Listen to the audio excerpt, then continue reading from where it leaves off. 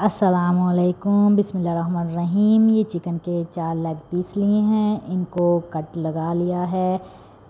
तो मैरिनेशन के लिए हमें चाहिए लहसुन अदरक के 2 चम्मच और 1.5 चम्मच पिसी हुई मिर्च। अगर आप ज़्यादा स्पाइसी करना चाहते हैं तो आप 2 चम्मच भी डाल सकते हैं। और फिर अजवाइन 2 चुटकी, और फिर इसमें डालेंगे हम नमक, और फिर इसको हम मैरिनेशन कर देंगे। और इसमें डालेंगे हल्दी, ठीक है। और इसको अच्छी तरह हमने जो कट लगाए होंगे उसमें हम मिक्स कर देंगे। इसमें अब हमने डाली है हल्दी और 2 लीमू, इसमें हम 2 लीमू डालेंगे। और साथ साथ दुरूद शरीफ पढ़ें और साथ साथ काम करते जाएं। मुंह से तो आप काम नहीं कर रहे होते, तो लिहाजा दुरूद शरीफ मस्ट पढ़ें और काम शुरू करने से पहले औज़ बिल्लाह भी ज़रूर पढ़ें।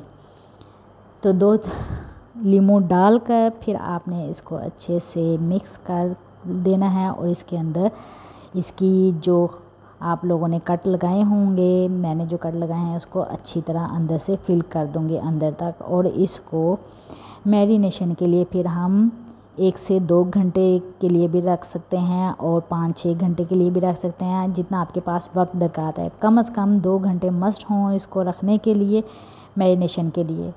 फिर इसके बाद प्रोसीजर शुरू करेंगे हम लोग मिक्सिंग का। मैंने इसमें यहाँ लिए हैं मैदा और बेसन।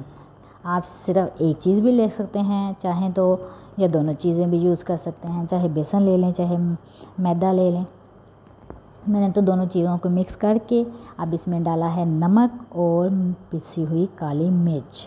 नमक और पिसी हुई काली मिर्च। अब इसको फिर हम मिक्स कर लेंगे अच्छे से ताकि यकजान हो जाए। साथ साथ दुरूद शरीफ पढ़ें। और जो चैनल पे नए हैं वो चैनल को सब्सक्राइब करना मत भूलिए और बेल के बटन को क्लिक कीजिए ताकि हर नई आने वाली वीडियो आप तक पहुंच सके। तो इसके बाद 3 अंडे लिए हैं, इसमें मैंने थोड़ा सा नमक और हस्बे ज़ायका मिर्च डाली है, जितनी आप खाना चाहें, ठीक है। और फिर इसको अच्छे से फेंट लें, अच्छे तरीके से इसको ऐसे एडजस्ट करके फिर हम 1 बाय 1 पीस लेते जाएंगे। एक कोट सबसे पहले हमने कोट करना है बेसन और मैदे का ताकि अच्छे से मिक्स हो जाए। फिर एक कोट हम करेंगे अंडे का, ऐसे लगा के फिर इसको अंडे में डिप करें ऐसे, ठीक है। अंडे में डिप करने के बाद इसको अच्छे से ताकि अंडा हर तरफ लग जाए और बेसन भी हर तरफ लगे। अब फिर से दोबारा से अब इसको हम बेसन और मैदे का जो मिक्सचर है उसमें डालेंगे और अच्छी तरह फिर मिक्स करेंगे एक दफ़ा फिर। और दोबारा से हम इसको अंडे में डिप करके फिर दोबारा से बेसन और मैदा लगाएंगे। ये प्रोसीजर 3 दफ़ा आपने अंडा और बेसन लगाना है और 2 दफ़ा अंडे की कोटिंग करनी है। एंड पे आप बेसन और मैदे का कोटिंग करेंगे इस पे, ठीक है। बेसन और मैदे की कोटिंग कर ली। इसी तरह सारे पीस हम लोग तैयार कर लेंगे 1 बाय 1।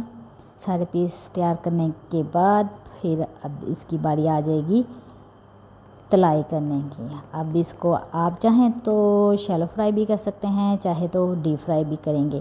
पहले आप ऑयल को ज़्यादा गरम कर लें, फिर उसका फ्लेम कम कर दें लो आंच पे। लो आंच पे के करने के बाद फिर आप उसमें ये डालेंगे। ये देखिए मैं आपको दूसरा पीस भी करके दिखा रही हूँ ताकि आपको अच्छे से समझ आ जाए कि कैसे आपने इसको डिप करना है और कैसे इसको फिल करना है, ठीक है। ये 2 दफ़ा अंडे की लेयर करनी है और 3 दफ़ा बेसन और मैदे की कोटिंग करनी है ऐसे।